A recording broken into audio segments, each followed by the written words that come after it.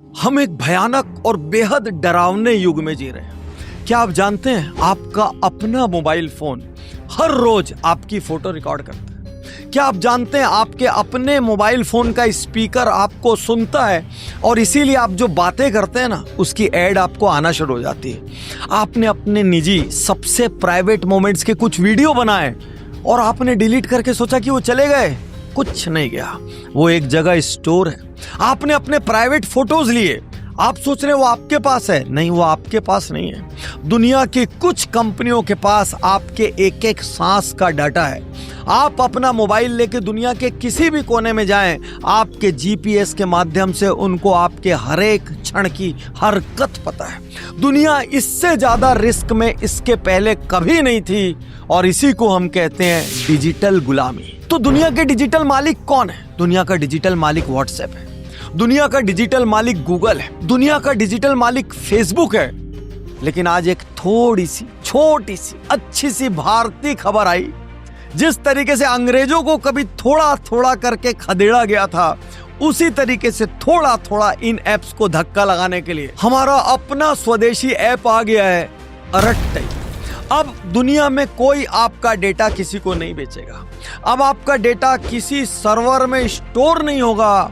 अब आपका डेटा भारत से निकलकर विदेशों में नहीं जाएगा। अब आप निश्चिंत होकर एक ऐप को अपनी निजी प्राइवेट गोपनीय चीजों के लिए यूज कर सकते हैं। और इसीलिए भारतीय इसको सिर्फ ऐप नहीं कह रहे, वो कह रहे हैं डिजिटल फ्रीडम। बहुत से लोगों को ऐसा लगा मान लो अरट्टई अभी अभी लॉन्च हुआ और आते साथ इसने तहलका मचा दिया। नहीं, ये 5 साल के सन्नाटे के बाद का धमाका था। ये ऐप जनवरी 2021 में लॉन्च होके 5 साल से समझिए रडार के नीचे चल रहा था। धीरे धीरे इसमें डेवलपमेंट चल रहा था। कोई पब्लिसिटी नहीं, कोई पीआर नहीं, कोई हंगामा नहीं, कोई बड़बोलापन नहीं।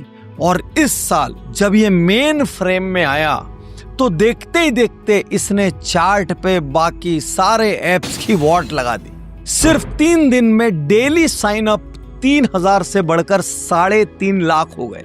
और सबसे खास बात, इंडिया में अरट्टई व्हाट्सएप के कॉम्पिटिटर के रूप में आया है और इसके लिंक को लोगों ने व्हाट्सएप पर ही शेयर करके प्रमोट किया।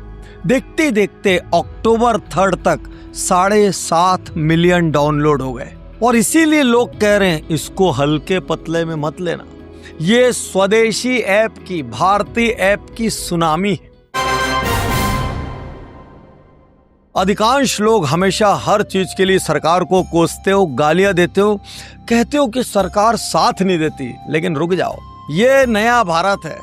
पहली बार ऐसा हुआ कि एक निजी कंपनी का ऐप लॉन्च हुआ, लेकिन केंद्रीय मंत्री धर्मेंद्र प्रधान जी ने कहा कि हमको इस होम ग्रोन ऐप को सपोर्ट करना चाहिए। दूसरे केंद्रीय मंत्री अश्विनी वैष्णव जी ने कहा It's phenomenal. I am so impressed with the capabilities of Zoho.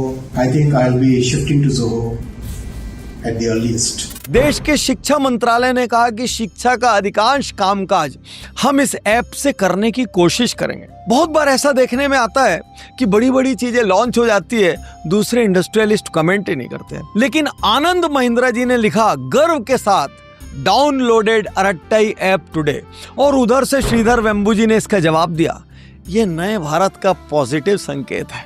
काश हमारे इनोवेशंस को इसी तरीके से सरकारी सहयोग मिले, काश दूसरे इंडस्ट्रियलिस्ट और बड़े कॉरपोरेट्स का सहयोग मिले, तो फिर वो दिन दूर नहीं कि बहुत सारी टेक्नोलॉजी में इंडिया भी अपनी लीडरशिप दिखाएगा। क्योंकि यदि आप दुनिया की प्रमुखतम कंपनीज को देखें तो अधिकांश के जो मुख्य बॉस है आज की डेट में भारतीय है। तो यदि भारतीय दूसरे देश में जाकर दूसरों की कंपनी को बड़ा कर सकता है तो अपने देश में अपनी कंपनी को भी बड़ा कर सकता है, बशर्ते उसको सरकार और साथियों का इसी तरीके से सहयोग मिले। अब यहाँ एक बड़ा सवाल उठ रहा है। लोगों का कहना है कि जब व्हाट्सएप का कॉमर्शियल यूज हो रहा है, जब मेटा का कॉमर्शियल यूज हो रहा है, उद्योगपति है भाई, वो तो प्रॉफिट सेंट्रिक के कैपिटलिस्ट है, अपने लिए और अपने शेयर होल्डर्स के लिए तो पैसा बनाएगा ही बनाएगा। तो पाटनी साहब आप ऐसा क्यों कह रहे हैं कि अब डाटा सुरक्षित है, अब कोई डेटा बिकेगा नहीं, थर्ड पार्टी के पास नहीं जाएगा?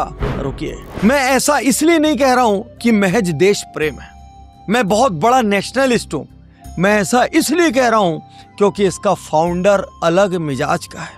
श्रीधर वेम्बू को मैं हमेशा झोपड़ी वाला खरबपति कहता हूं और हमने पहले भी इनके ऊपर एक शानदार उज्जवल पाटनी शो रिलीज किया है। आप डिस्क्रिप्शन में लिंक दिया गया, उसको जरूर से जरूर देखना, आपको समझ आएगा मेरा ये कॉन्फिडेंस कहां से आ रहा है। आईआईटी मद्रास से ग्रेजुएट, प्रिंसटन से पीएचडी, एक्स क्वालकॉम, अपना ग्लोरियस करियर सिलिकॉन वैली का छोड़कर भारत लौटे और भारत लौटकर सबसे यूनिक काम किया। इन्होंने अपने गांव तेनकाशी के आसपास में जोहो की स्थापना की और स्थापना करके आसपास के लोगों को बड़ी तादाद में ट्रेन करके रोजगार देना शुरू किया। ये वहां पर आज छोटे छोटे ऑटो में घूमते, झोपड़ी में रहते हैं, बिल्कुल आम आदमियों जैसे। आप बाजू से निकलेंगे, इनको गांव का कोई देहाती समझकर, देशी समझकर, ठेठ समझकर इग्नोर कर देंगे, लेकिन आपको पता चलेगा भाई ये तो खरबपति है, ये दुनिया के सबसे बड़े टेक्निकल माइंड्स में से एक है। और इनकी कंपनी जोहो का 2023 का रेवेन्यू क्या था? 8,700 करोड़, 2,000 करोड़ से ज्यादा का नेट प्रॉफिट। क्या इन्होंने किसी वीसी से पैसा लिया? नहीं लिया। क्या इन्होंने कहीं से भी फंडिंग ली? नहीं ली। क्या ये आईपीओ लेकर आए? नहीं आए। पूरी तरीके से बूटस्ट्रैप्ड, अपने संसाधनों से इन्होंने अपनी कंपनी को इस मुकाम पर पहुंचाया। और जब ऐसा व्यक्ति कोई कंपनी लाए, जब ऐसा व्यक्ति कोई दावा करे, जब ऐसा व्यक्ति अपनी बात रखे, तो मान लेना, क्योंकि इतने हाई एथिक्स वाले व्यक्ति पर, हाई ह्यूमिलिटी वाले व्यक्ति पर, जमीन से जुड़े व्यक्ति पर आप संदेह नहीं कर सकते। अरट्टई एक तमिल शब्द है और उसका अर्थ है, और इसमें वो सारे फीचर्स हैं जो दुनिया में किसी भी समकक्ष प्लेटफॉर्म में, टेक से स्टार्ट करके, मीडिया से स्टार्ट करके, वीडियो से स्टार्ट करके, शेयरिंग चैनल, सब कुछ, एंड टू एंड एन्क्रिप्शन, कुछ और टेक्निकल डेवलपमेंट्स है जिन पर अभी काम चल रहा है।